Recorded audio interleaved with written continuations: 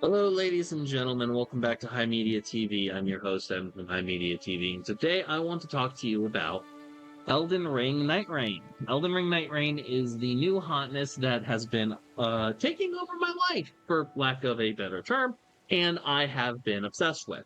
And I've seen a lot of people make a lot of takes online about the game is this or that or bad or good or great, goated or terrible or the worst game ever, an asset flip, amazing, so on and so forth. And I want to remind people that Elden Ring Nightreign is a fundamentally different game from anything in FromSoft's catalog.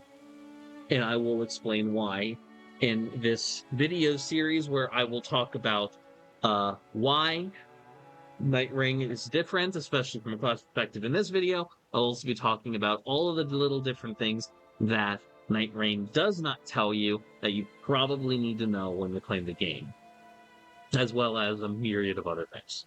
So, the subject of today's video, classes. Unlike previous Elden Ring iterations, the Roundtable Hold is host to an eclectic group of characters we call Nightfarers. And unlike previous FromSoft games where you build your own character, you have classes. 8 distinct classes, by the way. This is the Wilder, the Guardian, the Iron Eye, the Duchess, the Raider, the Revenant, the Recluse, and the Executor. The Wilder, as you see here, is our John Elden Ring box art character. The Wilder is your John Everyman character. He has an A scaling in HP figure. He has a B in stamina, an A in strength, a B in dexterity, and a C in everything else. He is a general, pretty dang good all-rounder, and yes, he is who you should be playing if you aren't sure who you want to play. He is remarkably proficient with straight swords, as well as liking to parry. He has the passive ability Sixth Sense, allowing him to basically cheat death, meaning if you were to basically die, I think this is in between graces, you don't.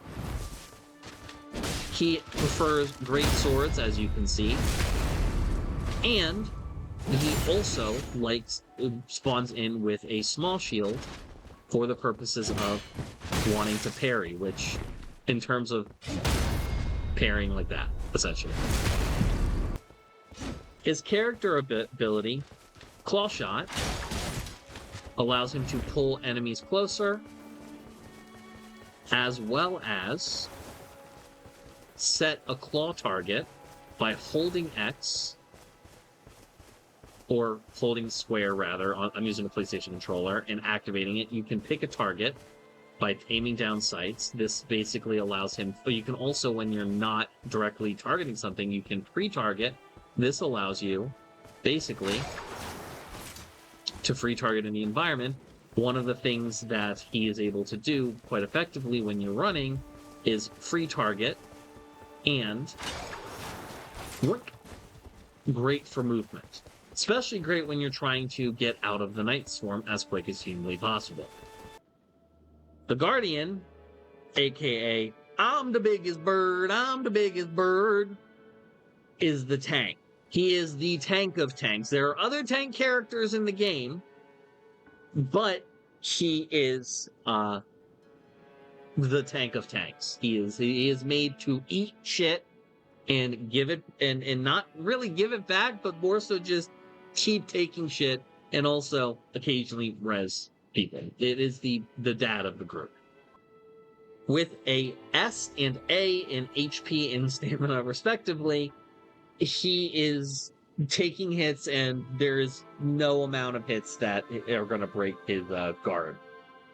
He's got pretty middling stats across the board. Otherwise, a B in strength is not terrible, but not fantastic. Everything else is a C or lower. He is here to tank hits and not much else. And like a good tank, he likes to tank. When you guard,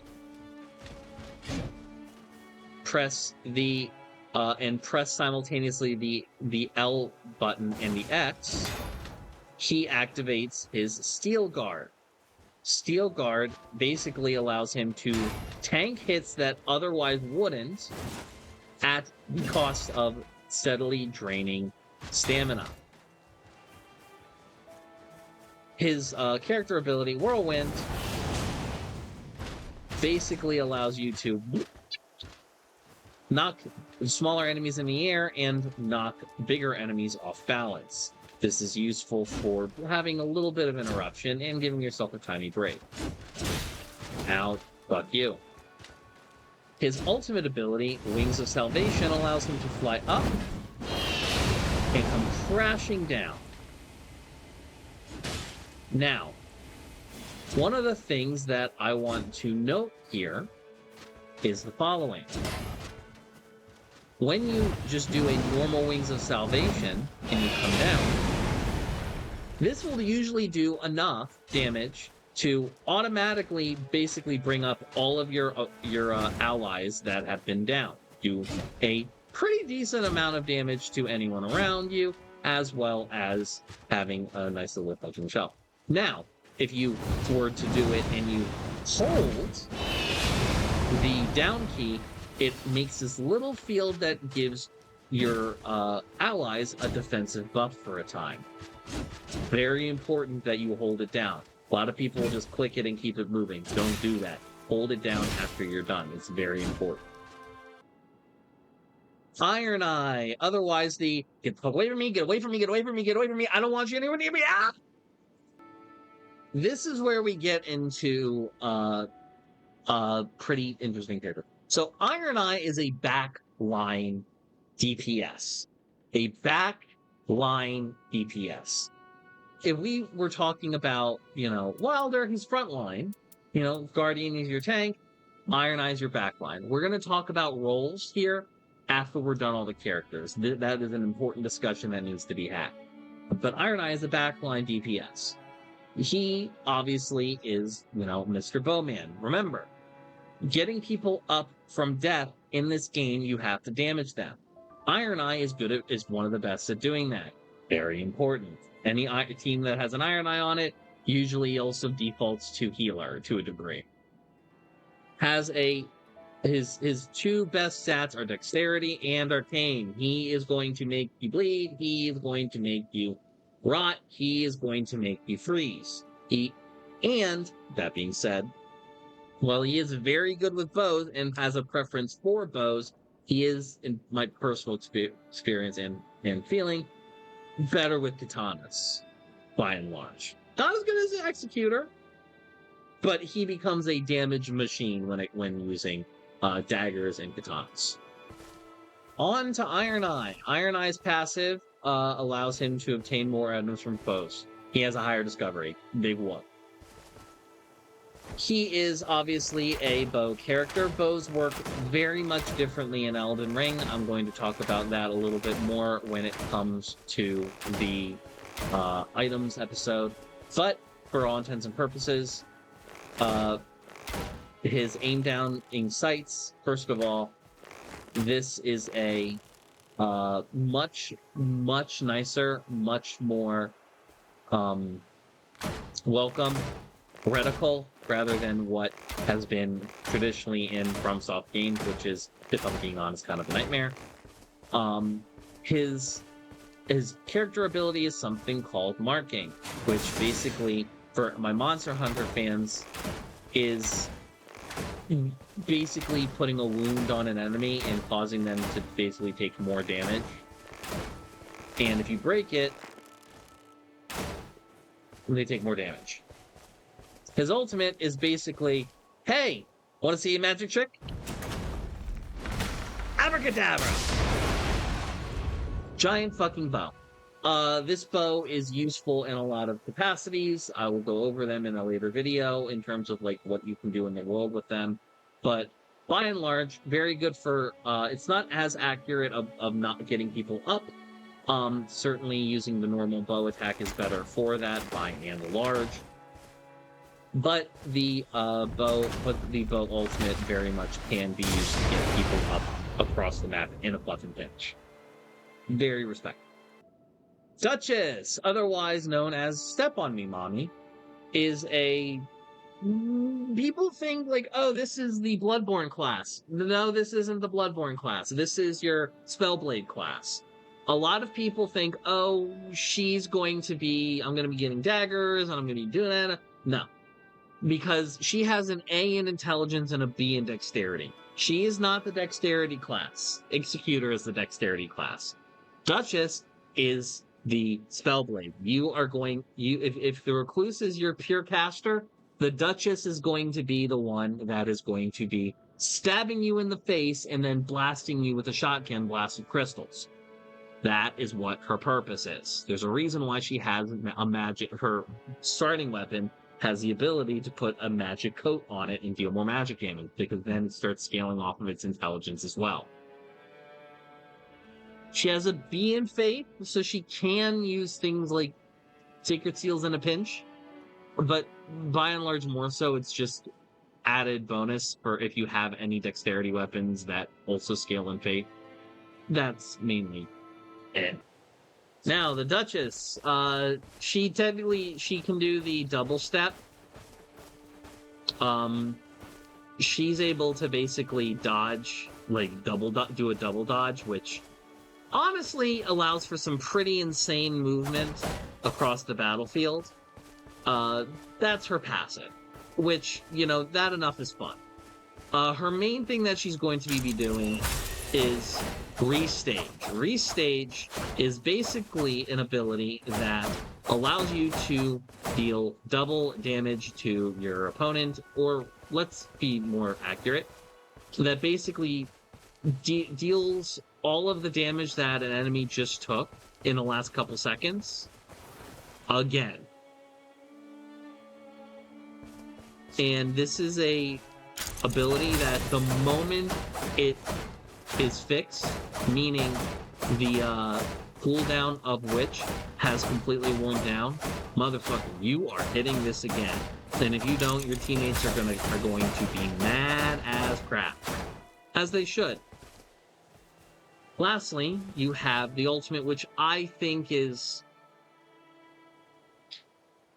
fine.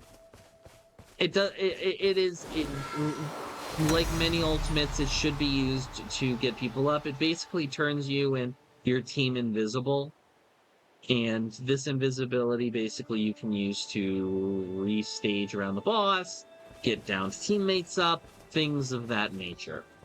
Useful? Sure.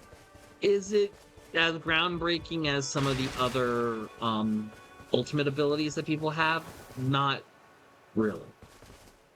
But all in all, the Duchess character is a really, really good one. I just wish that the people that played them would stop disconnecting the moment they get down to once halfway across the map.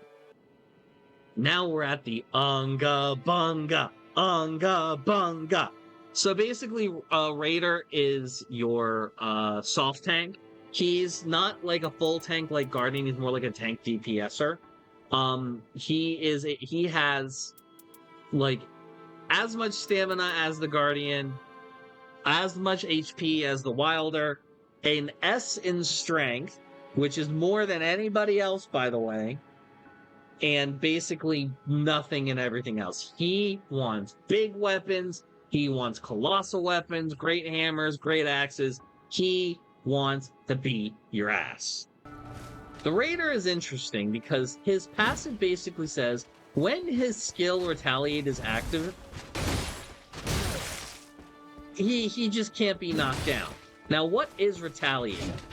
Well, Retaliate is basically a move that you're supposed to basically line up when your opponent attacks you, and when they do, you're basically supposed to eat that and then hit them back. Very fun. Very fun. This is why I say that the Raider is a soft tank. It is because he absolutely will be taking hits, but he is more focused on damage than, tanking hits and holding aggro. He will hold aggro, believe me. And plus, his moveset with colossal weapons is very different compared to any of the other characters. He's able to get hits off with them significantly faster, along with, I think, even less, a little bit less stamina consumption with using them.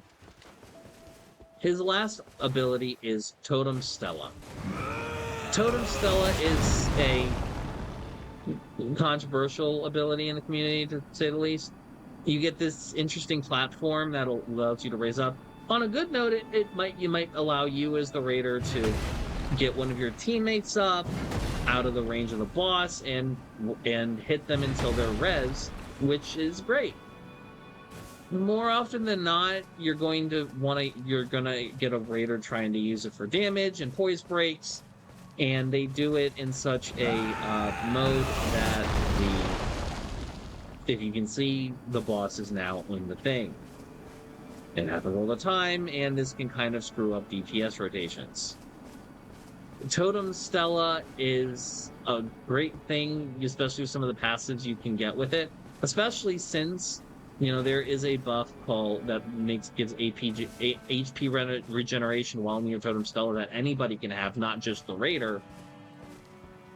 It's just, Totem Stella is a rough ultimate that is useful, but can be a hindrance if used incorrectly and not skillfully, which people playing the Unga Bunga class aren't necessarily going to be using it tactfully. Sorry to say. Revenant. Revenant is supposed to be your other Spellblade, your faith-based Spellblade of the group. But in reality, she's a little more complex than that. And La Creatura means aside. She can actually fit in a couple different niches. So first of all, her base weapon, the Revenant's Cursed Claws, do magic damage. And I think, I thought they did crossfit it out. Her shtick is she likes Sacred Seals. She likes healing spells, she likes fire spells, she likes all of that. That being said, she is probably the second best caster in the game, all things considered. 7, you might be saying. She has an S rank in Faith and a B in Intelligence, and a B in Arcane! How could she not be the best caster? We'll get to it when we get to Recluse. But by and large, she is probably one of the highest DPSing characters out of the game. Her passive, Necromancy, will allow you to, sometimes when you kill an enemy, it'll come back as a spirit summon for free and fight for you.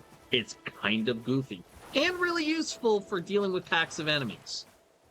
She has the ability to summon spirit, her family, so whenever you see her Revenant's family in a conversation, here they mean Helen, who is a page, you summon by pressing R1. You have Frederick, if the damn thing would work. Sorry about that. You have Frederick, who is a kind of want to say a pumpkin head kind of person, maybe, I guess. That's also a skeleton, something like that. And then lastly, you have Sebastian, who is immobile, doesn't fit in small spaces like Helen, but is big gabunga. It also can shoot a Kamehameha beam from his eye. Here's where her ultimate comes in. Hers is one of the more useful. It's about secondary to Guardian in terms of usefulness, but it does basically the same thing as Guardian's, just not as good, but also better in a way. It's called Immortal March. You basically give all of your allies, including your spirit summons around you, this little glowy effect, which basically makes you undead, immortal, meaning your opponent can stab at you, kill you, whatever. As long as that timer is going and you have that effect on you, they could hit you with a one-hitter killing attack and it won't kill you. It'll reduce your health down to 1 fucking point, but you'll stay alive. It also will bring up anybody who in nearby who is at who needs to be res, whether it's at 1, 2, or 3 bars of near death. Now, on to Recluse. Recluse is actually my main character. I am a Recluse main. Recluse has an ANFP because you are casting spells all day, every day, and they have a S in intelligence and an S in faith and a seer less than everything else. I want to be clear. If you are running the Recluse, you are running either sorceries or you are also running incantations just as much. Yes, the Revenant will have better seals drop from bosses and things like that nature, but you as the Recluse, if you get a seal, you can use it better because you can weave it into other things as well because you have an S scaling in intelligence and faith. You are the casting class. You are the healing class. Recluse is the casting class better than anything else. You are a pure caster. You are not a spellblade like the Duchess. You are not a faith blade like the Revenant. You are a caster. Period. She can also be described as, "Mommy, please hold me." Now, so her first ability is something called Elemental Defense, where collecting residue from affinity residues replenishes FP. What are affinity residues? Well, I'm going to hit this guy, and that little circle you see there is an affinity residue. It allows me to hit him with a thingamadoohickey, get it back, and it causes me to get my magic bar back. Magic Cocktail, her character skill. This is going to have to be its own entire video. It's just because there is a lot here and a lot needed to go over, and I am not, and this runtime of this video is already longer than I need it to be. So just so what you need to understand is you can take these different colored affinities, which are magic, fire, lightning, holy, combine them together in different ways, and I hate you, you're annoying, and have different effects based off of what actually you hit your opponent with. So like if Fucker will stop hitting me for a second. If you, let's combine magic, lightning, and holy, for example, you get wildly different effects. Or say magic,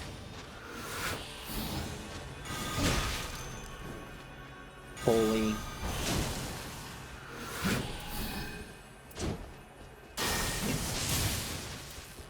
second, one, and then we combine that with fire. We get lots of different things. So there are tons of different effects and spells you can get, and not even just combat spells either. You can also get plenty by combining just like holy damage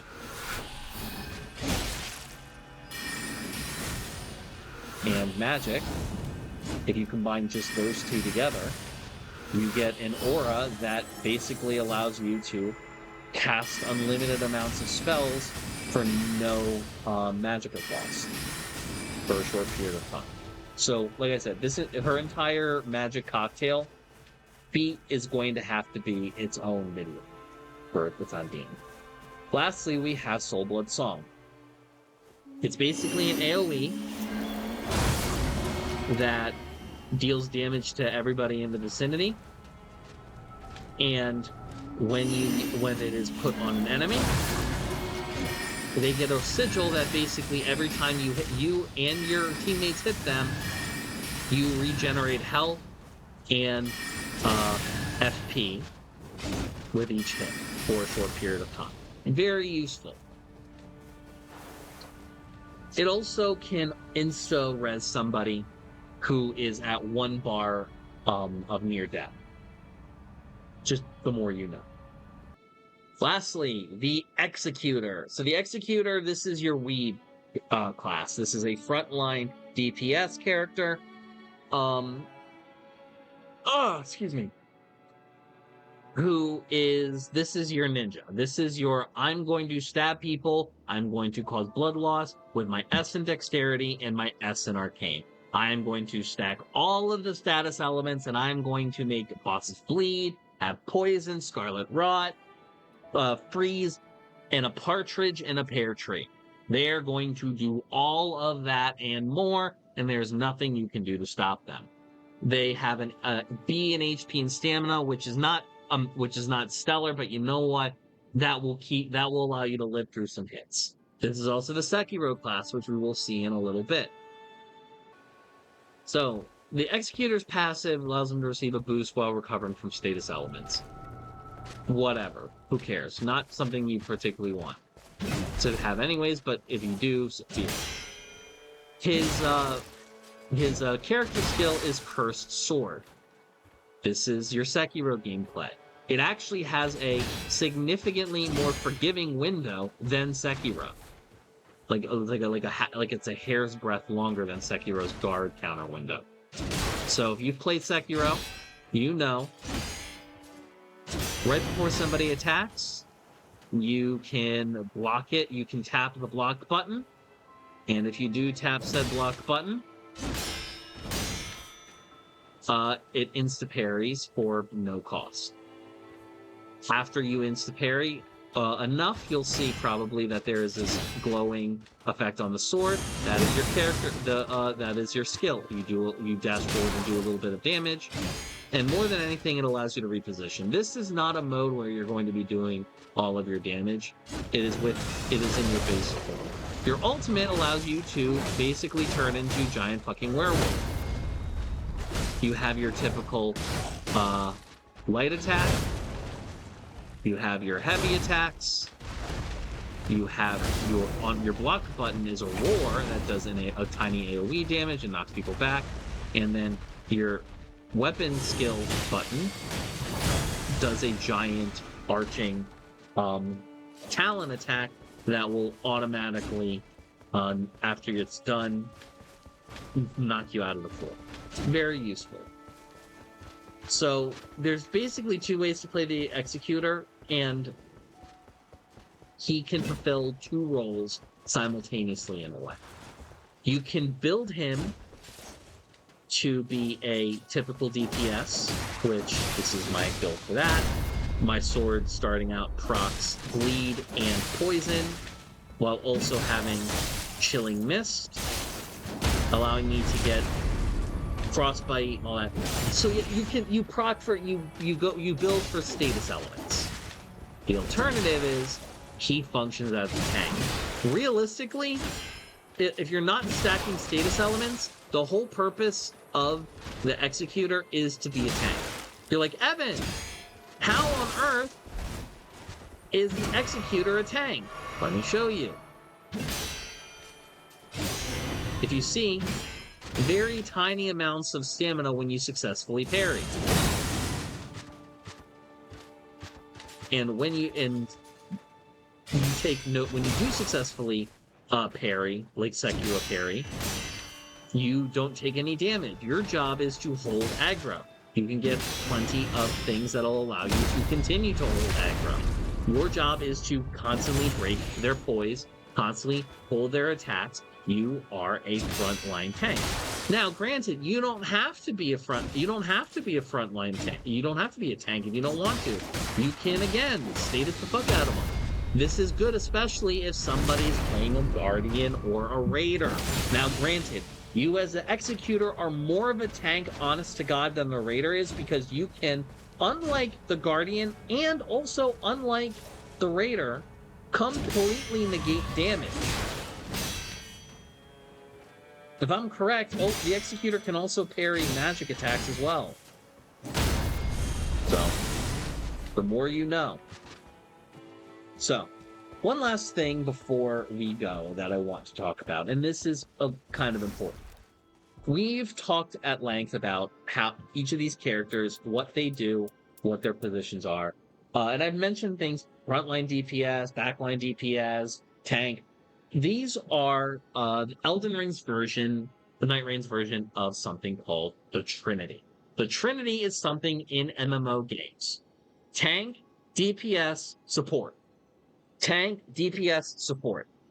This is what it breaks down to. Tank, DPS, healer. Tank, DPS, healer. Tank, DPS, healer.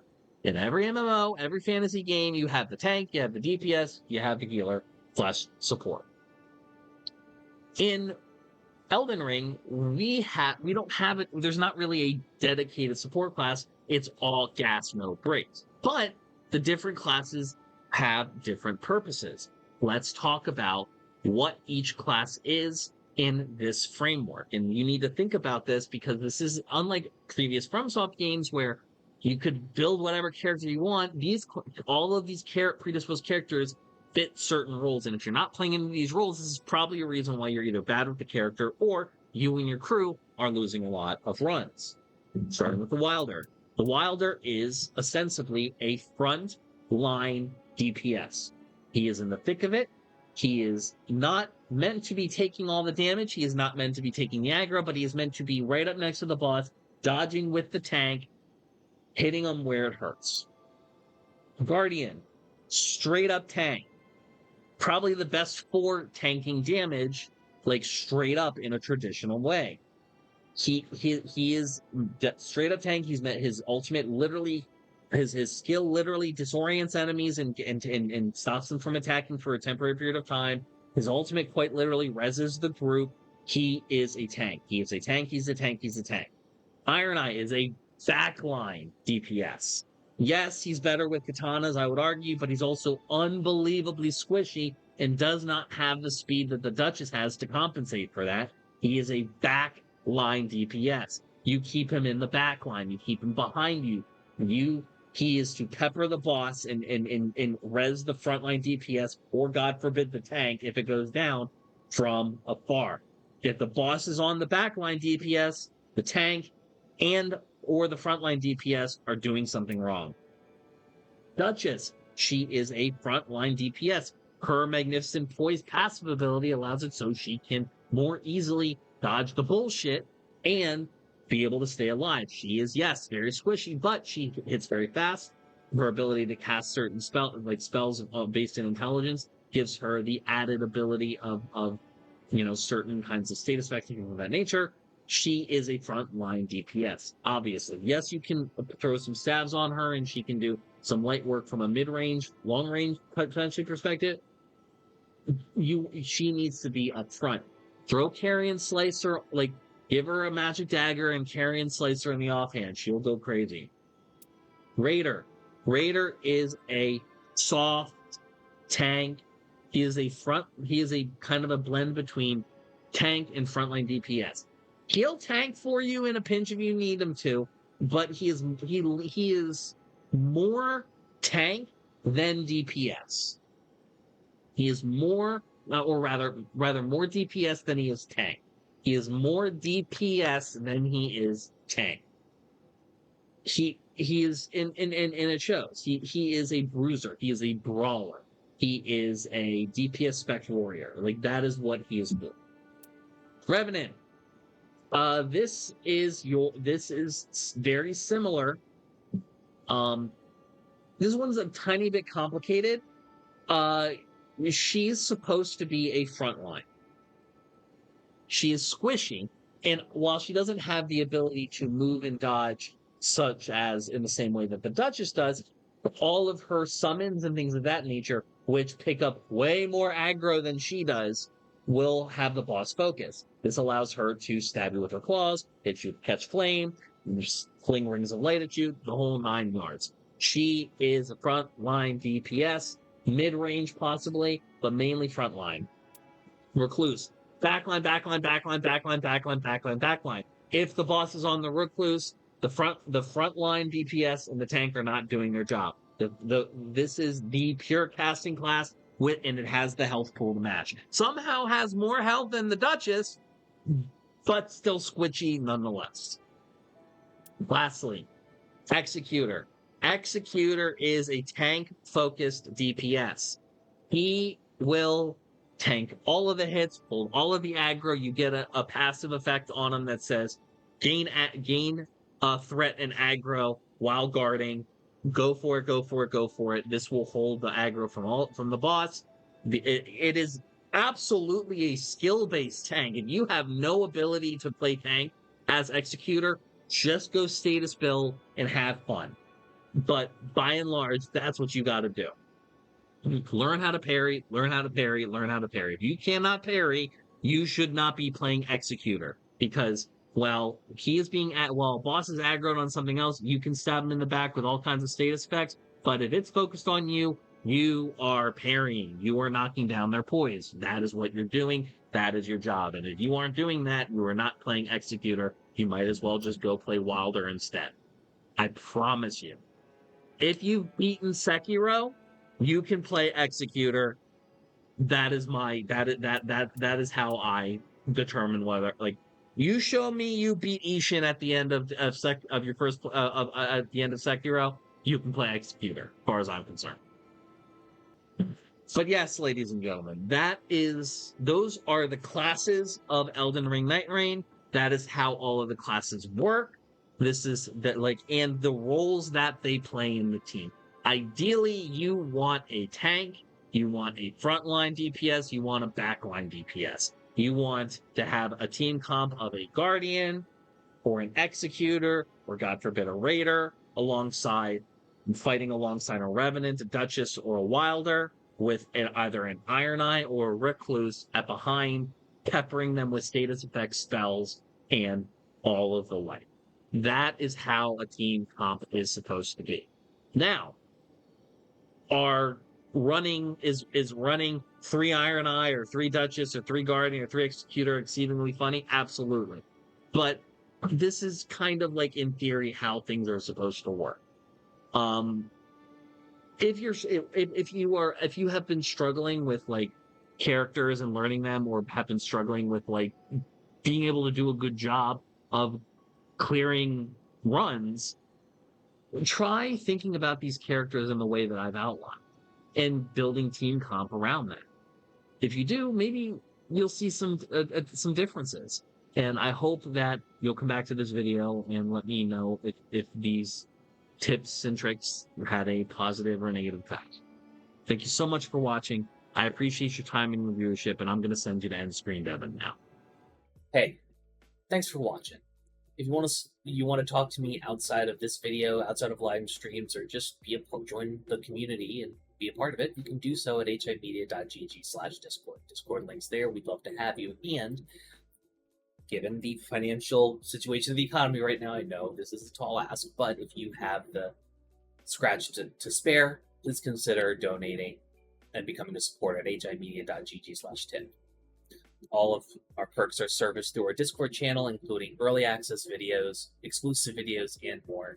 Your generosity is a blessing, and $1 a month is a boon to my mental health. Thank you so very much for watching. I appreciate you, and have a great day.